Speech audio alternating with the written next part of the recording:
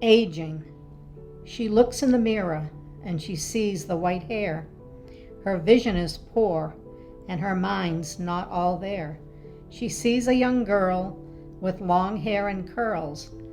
Where is that person? What's wrong with her world? She once was a beauty. She remembers those years. Now her face is all wrinkled and her eyes fill with tears. Her walk is now shuffled and her balance is gone. What has happened to her? What has gone wrong? Many friends have now left her. Her family's all grown. She likes her new place, but she wants to go home. She gets so confused, and her days are so long. What's happened to her? What has gone wrong?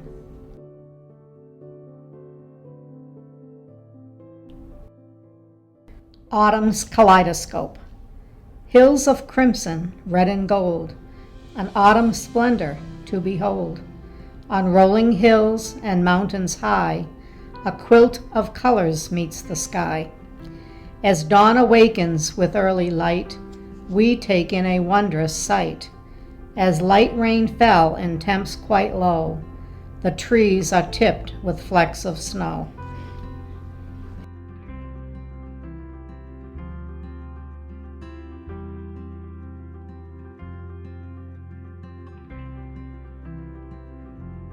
Despair. She walks down the street in total despair. Does anyone notice? Does anyone care? From morning till night, she continues to roam. She has no place to live, no place to call home. How did this happen, and what went so wrong? She remembers her family, but time has gone on. The demons that drove her just won't go away. She now roams the city with nowhere to stay. Who can help her? What more can be done? So many like her live their days on the run.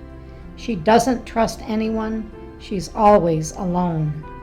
Mental illness has robbed her of life and a home.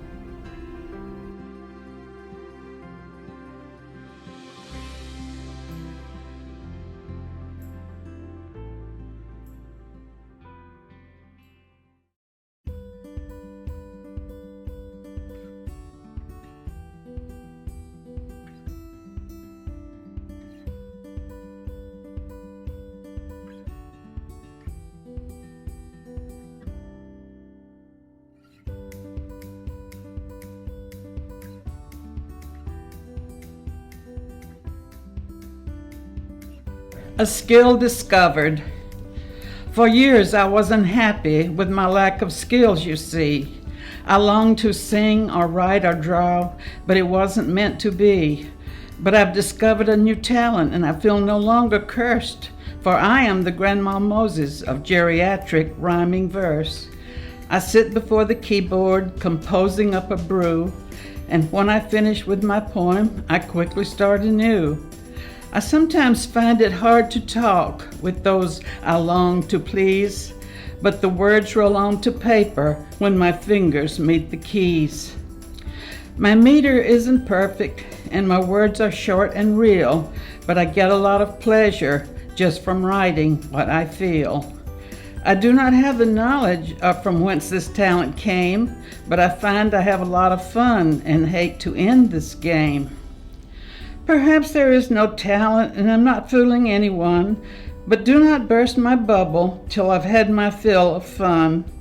I may be wasting lots of time and neglecting all my chores as I sit inside and write this stuff when I should be out of doors. The flower beds need weeding and the birds will need their seed. The vines need trimming badly, so I'll try to write with speed. But tomorrow is another day, I often like to say, and the work I don't get done today for sure won't go away.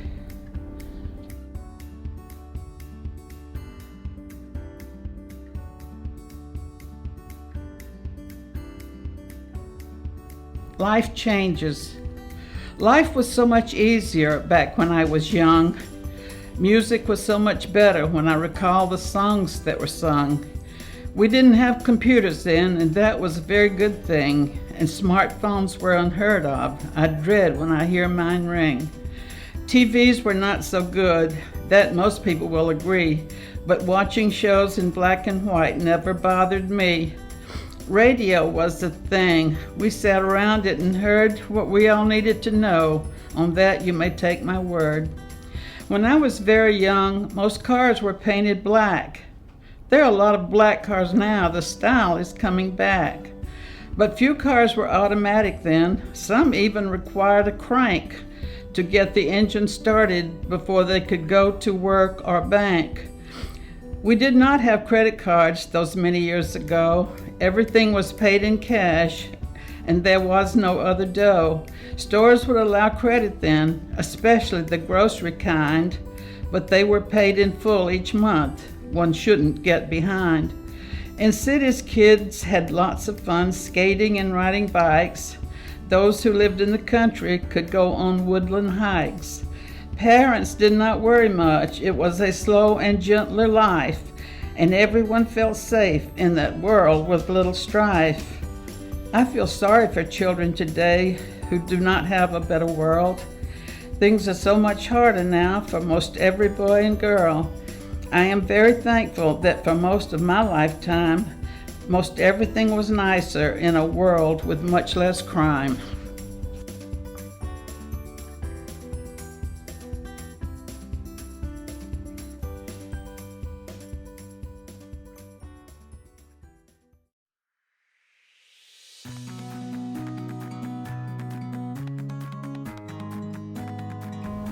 Hi, I'm Charlie.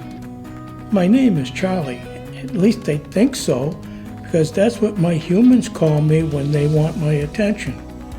I'm a mixed breed of Maltese and Poodle, and my humans say that makes me a Maltipoo. That's a strange moniker to be saddled with, but what do you expect from the quirky minds of humans? Humans can be dangerous, so you learn to make puppy eyes very quickly, because that seems to calm them down and makes them happy. My small pack consists of 2 humans and me, and we live in a large den. The prime female has a name of Mommy, and the primary male is named Daddy. Pretty silly, but what can I do? Mommy is the one that sees to the feeding and brushing, where Daddy mostly plays games with me. Fetch the ball is one of his favorites. Find the hidden toy seems to be Mama's favorite game.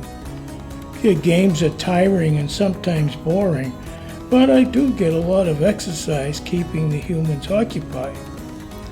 Making our humans happy seems to be the lot in life we dogs are destined for. Humans like to pet and cuddle us regardless of our needs, but they do feed us nearly every day with god-awful dog food, lots of water, and occasional delicious human table scraps. Most days are punctuated with being leashed to a collar and taken out for a walk, sometimes 2 or 3 times a day. Next to a belly rub, this is the most exciting time of all, examining our territory. Once in a while, when the weather is bad, I'll be fitted with a covering for protection and warmth. Still, getting to smell the outside air and determine where and how often other interesting animals have visited our area is enjoyable. It would be better if we dogs were free to roam around on our own, unfettered, to inspect everything carefully and leave our responding messages when appropriate. I do try to mark our territory outside the den well, so visitors will know where the boundaries are. They're free to inspect and message their understanding, so all is done peacefully. If only humans could be so accommodating, things would be so much easier for them. But since they have no clue, that leaves me to be on the constant lookout for intruders by yelling to warn the violators away, or to inform my own humans about impending danger. It was during my 84th dog year that I started feeling unwell. I had a couple of scary episodes where I heard the howling of my ancestors and knew my time was running out. My humans brought me to places of healing to no avail.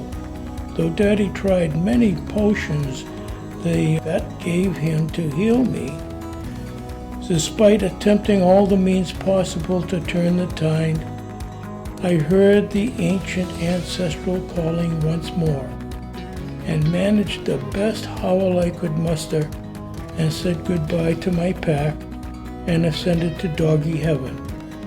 Now there, I'll wait patiently for my humans to join me, so I can help them find the boundaries in our new den, with continued unconditional love.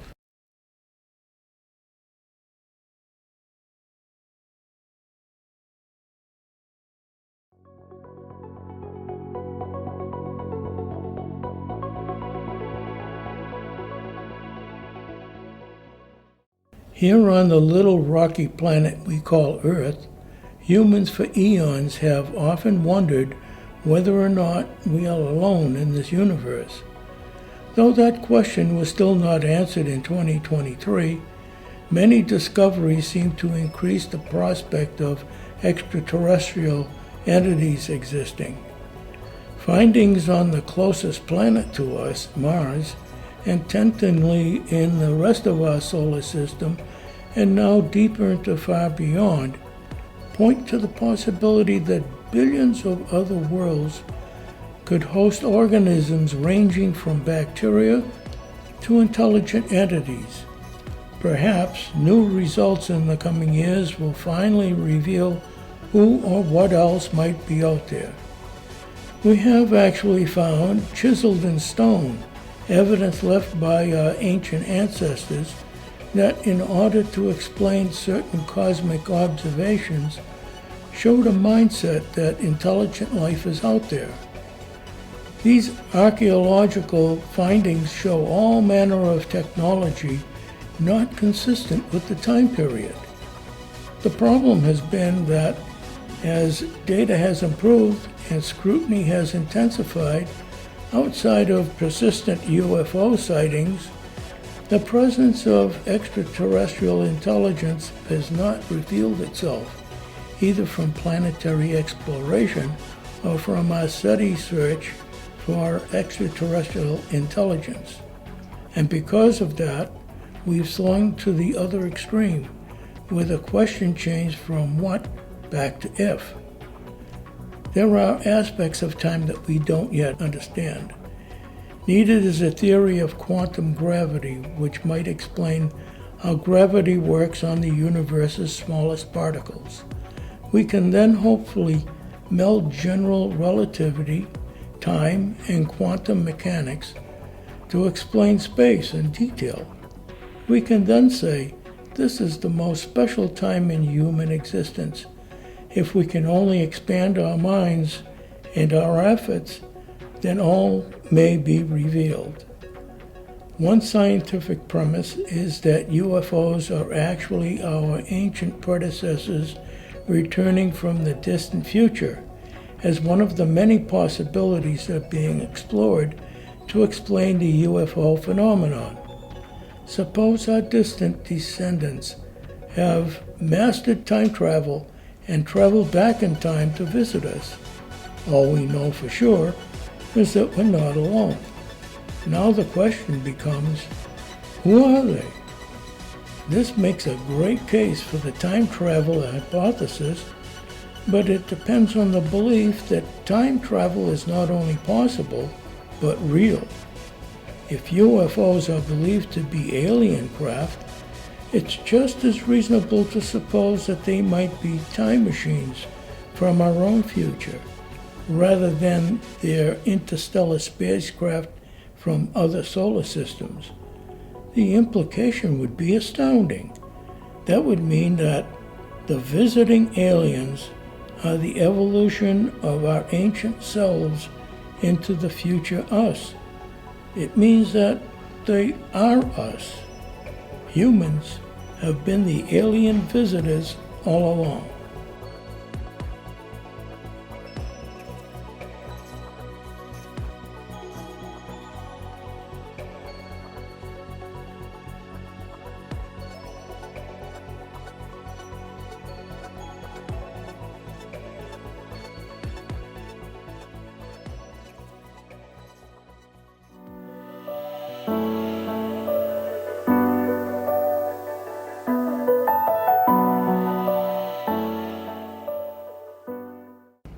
Valley of the Onion.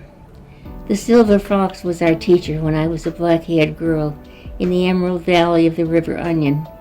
Unlike the red fox who lurks in dens or runs before barking dogs, this one howled his lessons from high on a granite cliff. We watched his silhouette against snow clouds in a gray sky, heard his lessons whirl on the sand and silver snow. After he'd howled the flooding river back to its bed in the spring, he sent us out to 10 shoots of wild onion on the river's pungent banks and led us to dig under layers of last year's leaves, where we found the star-shaped arbutus. Summers he sent us back to the riverbank to dream over onion tops and place our hands on the earth around growing green stalks so we could feel the onion expanding layer by white layer in the ancient alluvial soil. Vapors of poison ivy sometimes traveled on his breath and left us itchy to wander beyond steep banks. But at dawn, his howl called us back to the valley, where we hunted savory herbs under the alders. Now that my hair's streaked with silver, like the rocks on the river bottom, I am the old woman of the River Onion. Now I teach the wily lessons of the fox, show the children how to pull back the bark of the willow and make a whistle to fool the birds, and send them out to forage on the forest floor for Indian cucumber and hearts of wild lettuce. I pull my great gray cloud of hair over my shoulders, sit on my stoop, drinking the honey of the tiger lily, peel a stem of grass, savor its sweetness, layer by layer.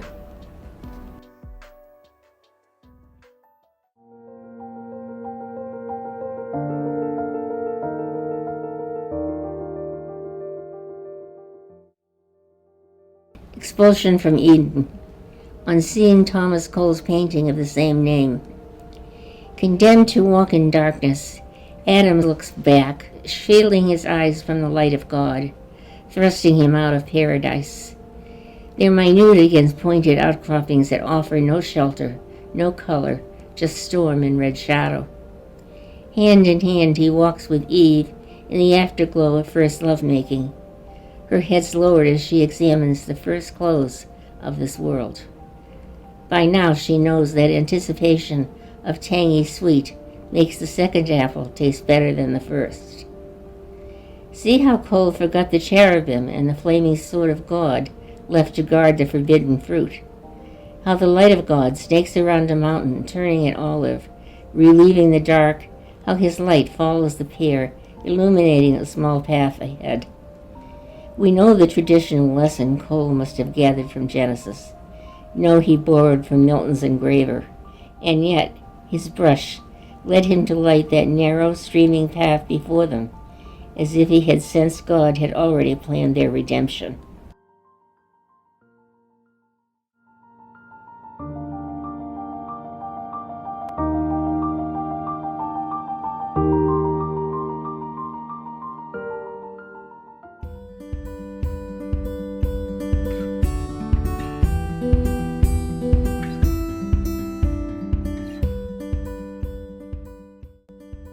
California poppies on Mount Tam, Marin County, April 1982. For my brother Tom. Paint this April day brilliant blue and gold. Paint a shimmer of city skyline above the steel blue waters of the bay. Place in the cobalt sky 3 bold seagulls. Toss in great splashes of wild poppy. small cups of chrome yellow, tangerine, and scarlet. Paint to remember this blanket of bright poppies that warm the slope of high hillside where we laze and look about and sigh and say over and over and over again, "Isn't this just paradise?"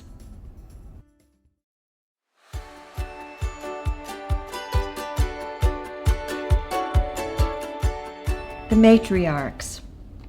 Ye gads, we are both matriarchs. I'm talking on the phone with my dear friend Tib. Tib is one of my oldest friends. We don't get together often anymore. She lives in the south, I live in the north. But when we're on the phone, our conversations go on and on. Our friendship has endured because we endured high school together, loved the same teachers, enjoyed the same books, and suffered the same generational angst. She begins the conversation with, "I can't believe I am now the matriarch of my family." Well, my friend, so am I.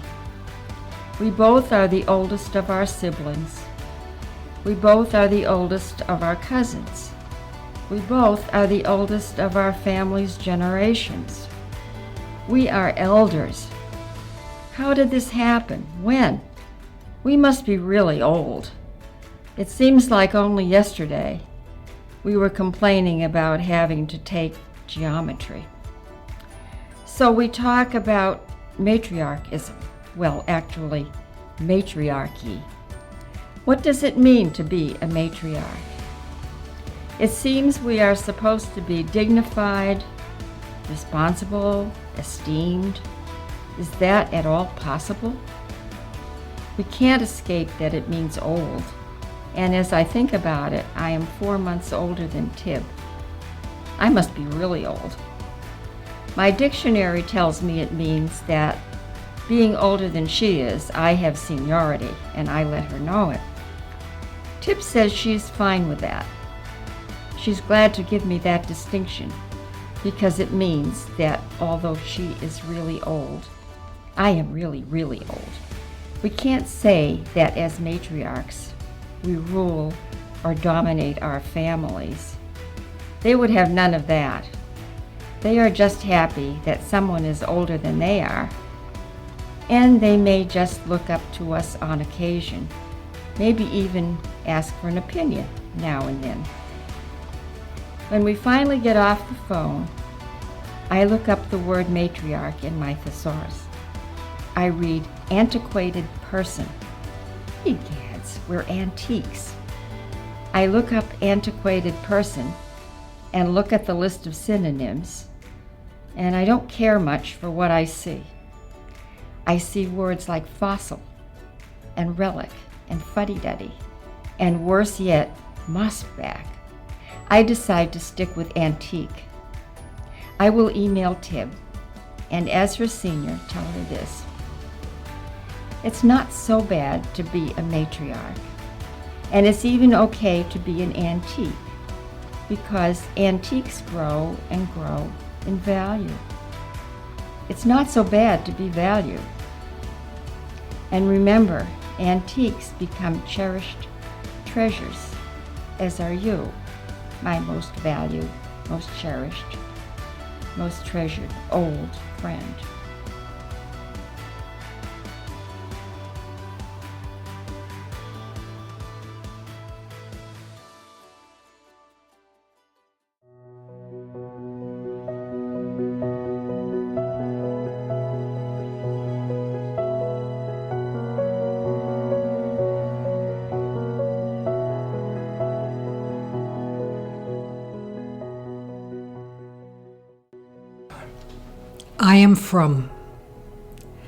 I am from a place where a beautiful covered candy dish sits on a marble and wood table in our living room. My parents brought both items to America when they escaped from Nazi Germany. The little dish is made of the finest porcelain china. It's approximately 6 inches in circumference, white, with a tightly fitted top completely covered in tiny pink porcelain roses. The bowl's delicate side is protected with an intricate lacy bronze mesh band.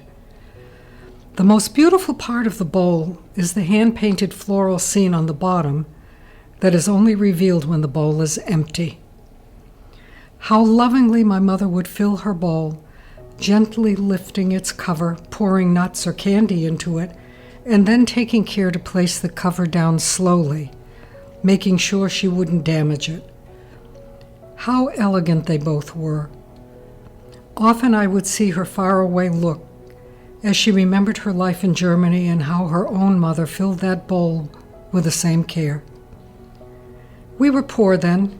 Life wasn't easy.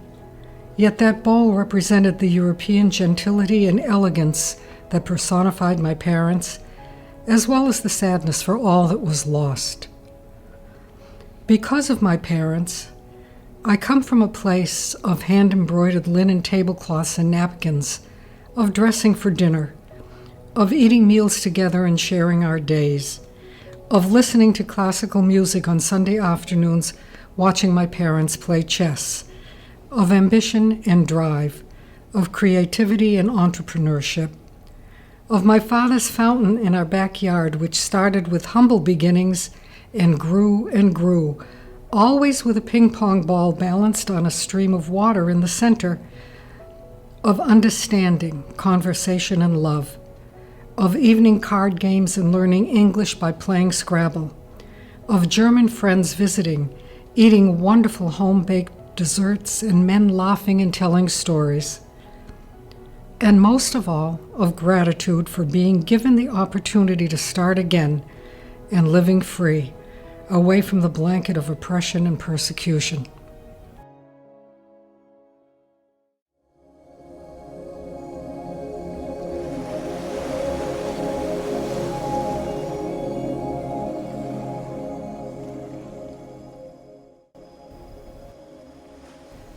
Have I forgotten it?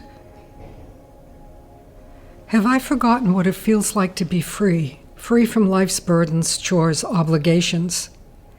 Have I forgotten the days of running barefoot in the sand, hearing the crash of the waves, smelling that special scent only the seaside has, the clam flats, the seagulls squealing, flying free with their catch as they grasp the morsel from the shore or the ice cream cone from a little child's hand? The sun shining down from above, warming my skin, my heart, my soul, closing my eyes and feeling safe, whole again. Have I forgotten that alles ist in Ordnung? Everything is as it should be.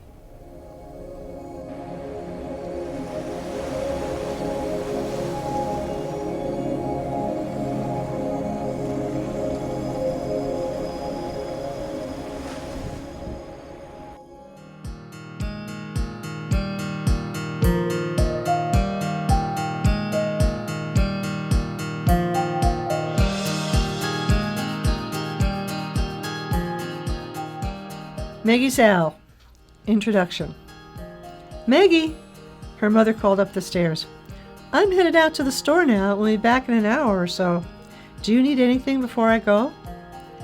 Maggie looked out the window and saw the rainy gray day. No, Mom, I'll be fine. Don't get too wet out there. Don't get into any trouble now, okay? Okay, I'll see you in a little while, Mom, Maggie yelled. Maggie was never one to be bored, and decided to explore her mother's jewelry drawer once again. All the necklaces were in their original boxes, and she felt as though she was opening a treasure box each time she opened one. She was almost too old to play dress-up, but still loved to try on her mother's jewelry. Amongst the many different sized boxes, tucked away in a corner of a drawer, she found the velvet bag. She felt the anticipation as she opened the drawstrings. Inside was a beautiful crystal bracelet with many different sparkly colored gemstones. When she pulled the bracelet out of the bag, a note fell out with it. It was written in an old hand, and it read, "This bracelet, tried and true, will now belong to you. Use it with great care. It will take you everywhere. Learn what the crystals mean. They do not just gleam. Your knowledge then is power. Carpe diem this very hour. MGM. On the back of the note was a list of each crystal and the powers it held. Said Maggie to herself. Who is MGM? She then remembered her mother's letter drawer, another favorite. She opened the drawer and found the shoebox with postcards in it. They were colorful and were from all over the world. Rome, Paris, London, Japan, Hong Kong, the Great Wall, and many other more mysterious places.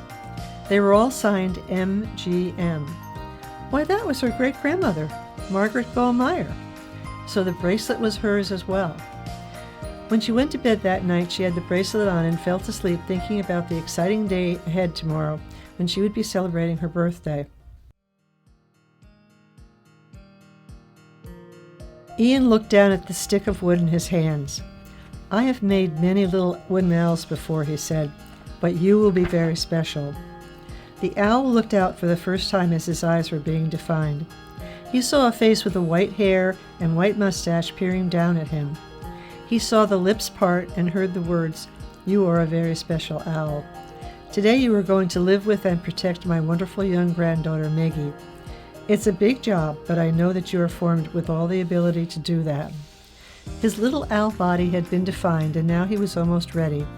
His base had been inscribed with the words Carpe Diem, seize the day, and Ex Fide Fortis, faith comes strength.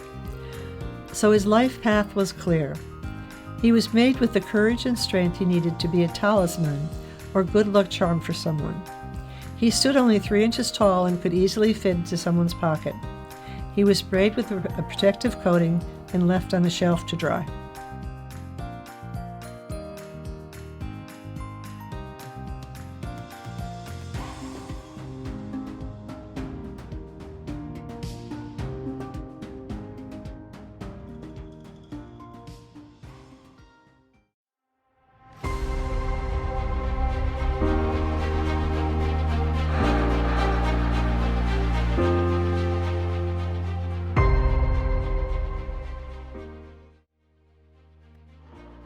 A Child Remembrance of World War II. In 1945, World War II was coming to a close.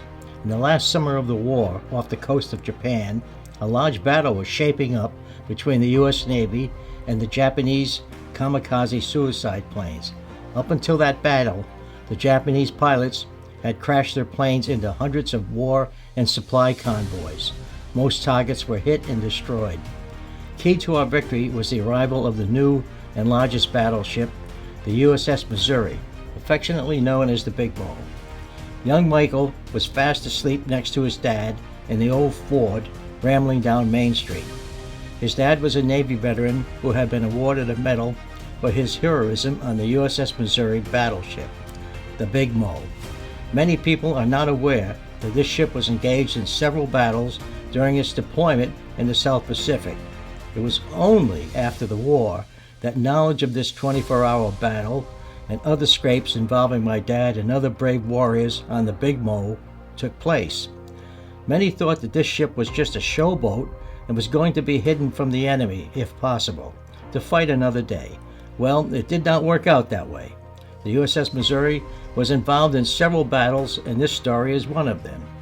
In my dreams, I recalled what happened that day as told to me by my dad. There was a large convoy of ships, longer than the eye could see. Buried in this fleet, the USS Missouri was surrounded by a protective force of fast and well-armed ships of all kinds. In spite of all this protection, the Big Mo was still being challenged by the killer planes. It was a battle to end all battles. Hundreds of Japanese fighter planes, mostly bent on dive-bombing down onto the decks of the fleet. The big prize would have been striking the Big Mo, possibly sinking it, and waiting for any enemy planes that could be lucky enough to evade and survive the protective ring about the Big Mo. There were the overpowering guns firing from the Big Mo nearly non-stop in all directions. The deafening roar of giant guns and rockets placed nearly side by side on the ship, taking a heavy toll of enemy fighters. Dad told me that his men had a healthy respect for the young enemy pilots entrusted with the honor of trying to hold up our forces and give Japan more time to prepare for a fight on its homeland. Indeed, training of the citizens was taking place at this very time of the battle. Most of the warplanes had just enough gas and firepower to reach the convoys, then dive down and explode onto them and never return. Their families suffered as ours did, never knowing what happened to them. Our Ford hit a bump and hurled us sideways. A trucker hit on his deafening horn. Dad stopped and put his hands over his face. "Are you all right, Dad?" I said. He pulled over, as did the trucker, who wanted to see if we were okay. One look at my dad and he said, "I am with you, brother. I was a Marine. I was there too." Dad said thanks and mentioned his duty on the Big Mo. They shook hands, brothers-to-be for all time.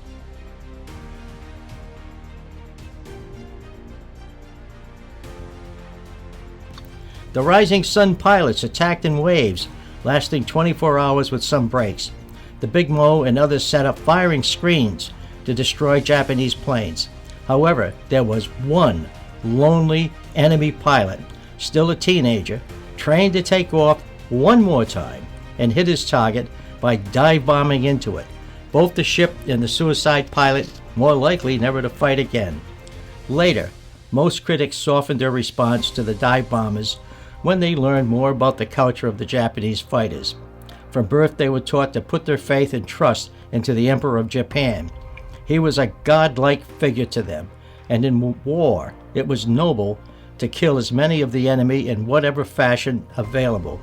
Thus, the armed forces of the USA were targets for the fanatic-like dedication.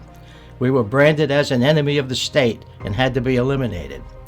Now, the lone flyer was on course to hit and destroy the USS Missouri. The big deck turret gunning was the only weapon that had a clear shot. It roared to life and hit the invader many times. The young pilot was wounded, but yelled out to the Emperor that this would be his offering. How he made it into the attacking space, we will never know. On came the young pilot. The plane was coming apart right before Dad's eyes. The young pilot was now deceased. The gunner crew held their positions. However, not one abandoned their post. The remains of the plane and the pilot rammed into the upper side of the deck of the USS Missouri. The ship to this day still has a recognizable dent in its upper side. The brave gunners suffered no casualties. This attack was one of the last before the war ended. The healing begins. The captain of the Big Mo made the decision to have the remains of the young Rising Sun pilot pulled from his destroyed plane and joined with other brave U.S. Navy fighters in the burial at sea ceremony. The captain made that decision to show the Japanese that we were a nation of people who could respect and forgive our enemies. However, there were those who questioned this decision. About 5 years after the war, the captain went to Japan on business. While there, he looked up the family of the fallen pilot, who was the only enemy flyer to actually strike the Big Mo and do physical damage. The damage is still seen today. He knocked on their door and shared with them the story of how their brave son died and was buried. After all those years, this was an incredible event that helped change the rest of their lives. They now had closure about how their son died. It would go down in history. They would be honored by their relatives and neighbors for all time.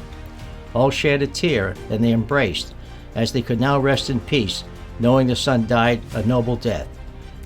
After the attack, and later the visit to the parents, Dad never mentioned anything about the war. And he went away, and I never saw him again.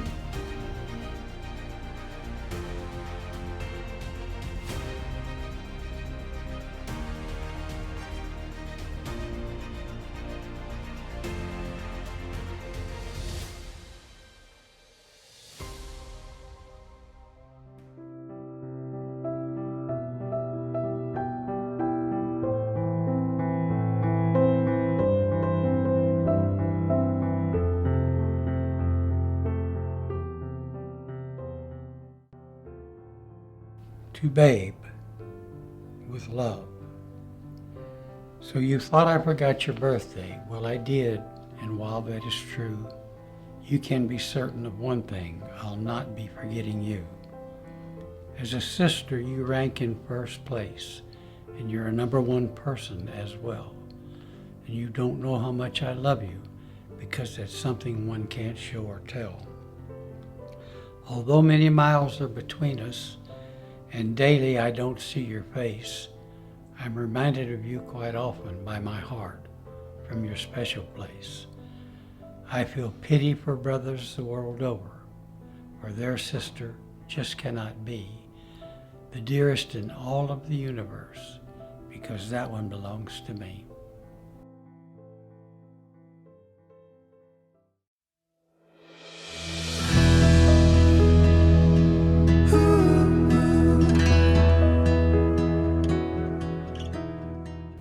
Remember when? Remember when just we two knew our love was sure and true, when no one else could know or feel that our love was strong and real.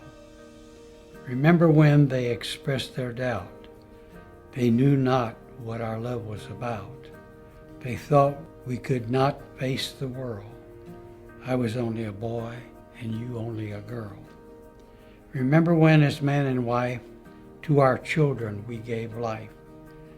These pressures can weaken a love, it is true, but they only strengthen my love for you.